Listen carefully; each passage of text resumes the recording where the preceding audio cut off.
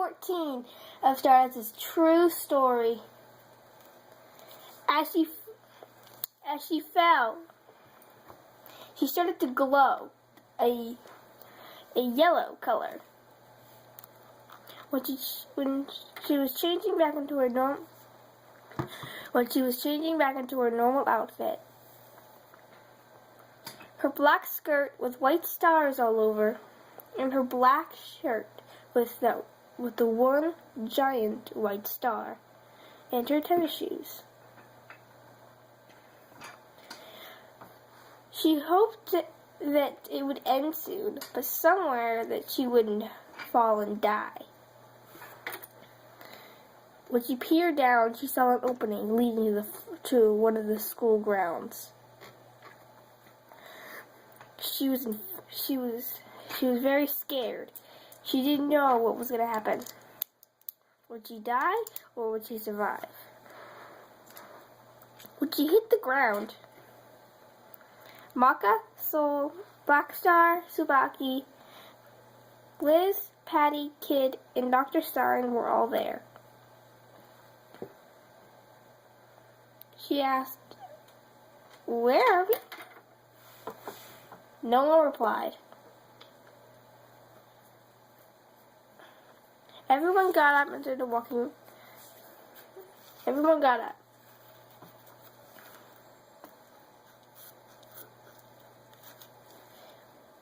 Stein told everyone, "We need to make our way to the basement of the school." Everyone was confused. But either way, everyone ran towards the basement doors. Even Stardust, who was scared but still brave.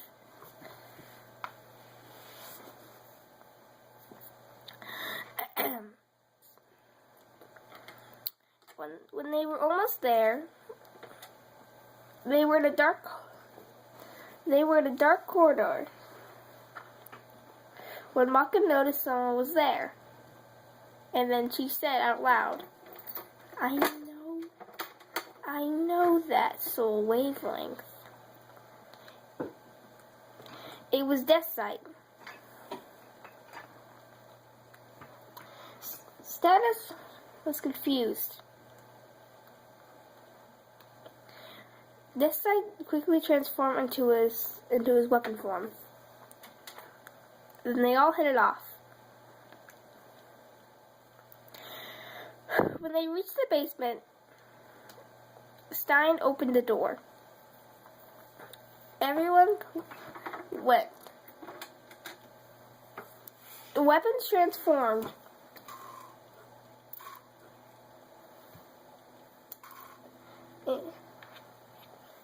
While they were running through, Stein said there'd probably be barriers. He said the barriers are probably going to be Medusa is going to be the first barrier, followed by Krona, and the wolf and the witch will be making their way to the kitchen. Stardust then asked, "So there's been a Keisha under our school the entire time? Man, how come I never noticed that? You'd think someone would notice the mad wavelengths. It's been hidden from students. Only the teachers knew about it." Ah.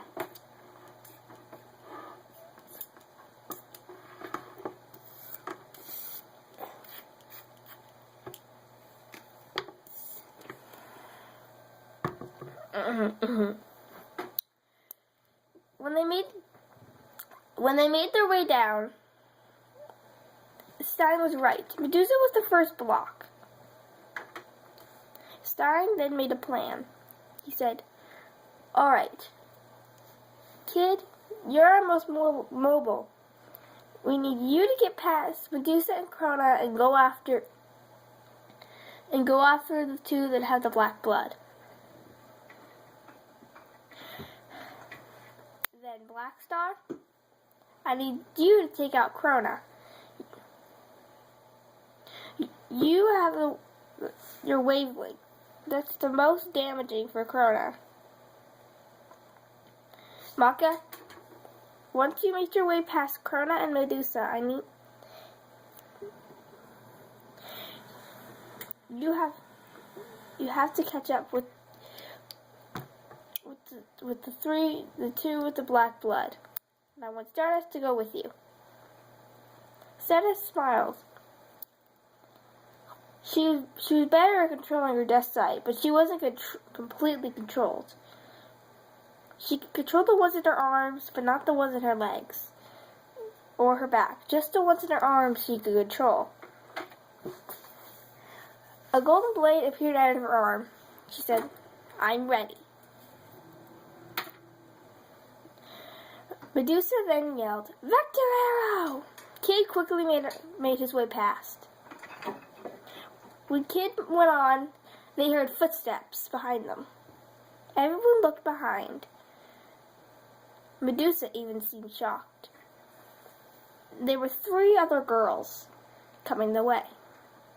Maka couldn't recognize their soul wavelength. They must have been new students at the academy. One leaped forward. It was a girl with curly purple hair who had 2 pistols like Kid. One of them had an apple shape and one had a balloon shape on it. She jumped over Medusa. Medusa then yelled once again, "Vector arrow!" The girl with the 2 pistols then shot the vector arrows. Her pistols were strong, so they blocked them. She quickly made her way past and ran. She ran fast. Another leap forward. It was a girl with rainbow hair who had a blade like Black Star. The blade turned into 2 blades with a chain. She threw one blade up and it hit the ceiling. As Medusa yelled once again, "Vector arrow!" She hopped up and swung right past the vector arrows. They barely almost hit her back. She slung over and her weapon transformed back into its ninja sword mode. Finally, the glass girl jumped forward. It was a girl with pink and dark and light purple hair. She jumped over all of them, using her scythe as a boost. She ran right for the side. When Medusa yelled once again, "Vector arrow!" She quickly looked at the vector arrows that were heading fastly towards her. She sliced them. Everyone was shocked to see a simple slice, basically swords. She also ran past. They were all confused. Stardust thought they looked familiar, but then scrambled them from her mind as she looked for a way to get across. Black Star then also made his way across. He also went the same length as the girl with the scythe. He went towards the side, and when the vector arrows headed towards him, he jumped up and dodged them as he ran for the next room. Maka and Stardust knew exactly how they were going to get across. There was no other way around except straight through. Maka grabbed Stardust's arm, and they both started to run straight through. As Maka shut her eyes, Stardust kept looking around, trying to make sure none of the vector arrows came anywhere near them. All the vector arrows were coming towards them, but luckily, right in the nick of time, Maka made it right past Medusa, and so did Stardust. They jumped past her and ran towards the next room. Stein stayed behind to fight Medusa. As they ran to the next room, Black Star was already there to challenge Krona. When then Maka once said, Black Star, let me face Krona. Huh? Stardust was confused. Black Star then said, but Stein told me to fight him. Let me. Alright, if you really feel like dying. I'll go catch up with Kid then. Black Star ran off, dodging Krona's one swing attack.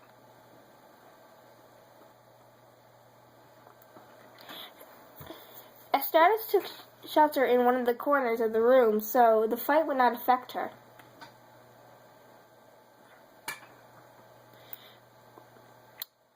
Maka started doing physical attacks. Instead of trying to slice Krona, she kept punching him. Kept punching him.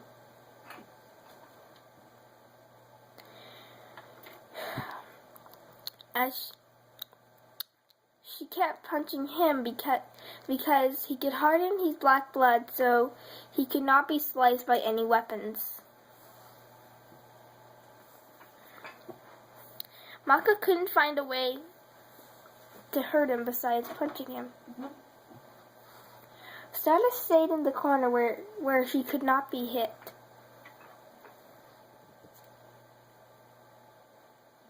When Maka noticed there was only one way to stop her, she had to connect with her. She had to find out why she chose this insanity path. She said out loud in midair, "So I have to go into the madness to find Krona." After a couple minutes of Maka just standing there, Krona was getting ready to attack when she went completely insane. Stardust was scared, sitting in the corner. She sat there with Black Star quickly heading up to where Kid was. He got stopped by the Wolfman. They began their fight. Black Star could not even get close to him.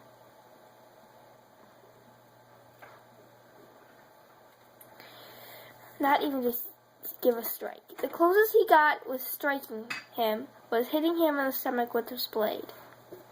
It didn't even faze him.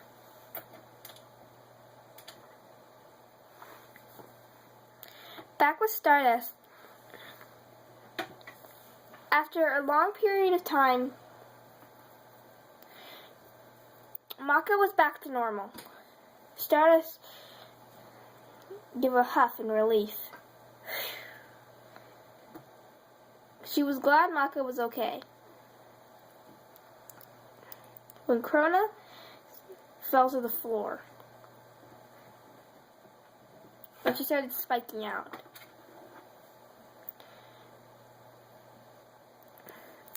Maka put down Soul and walked towards Krona. Krona struck her in the neck.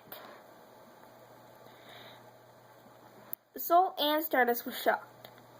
Maka didn't even seem like she was hurt. When she walked towards Krona, she sat down next to him,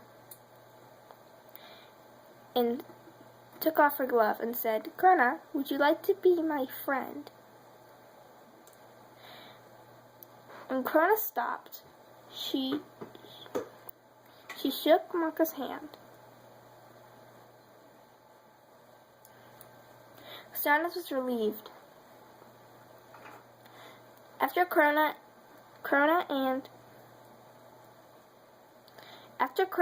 and Maka got back up,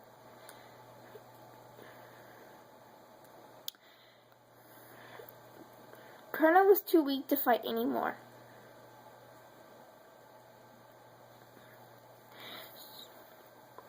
She stayed behind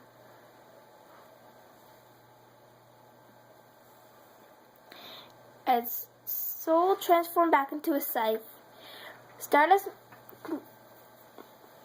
made a blade in her arm come back. They headed towards the Kishin.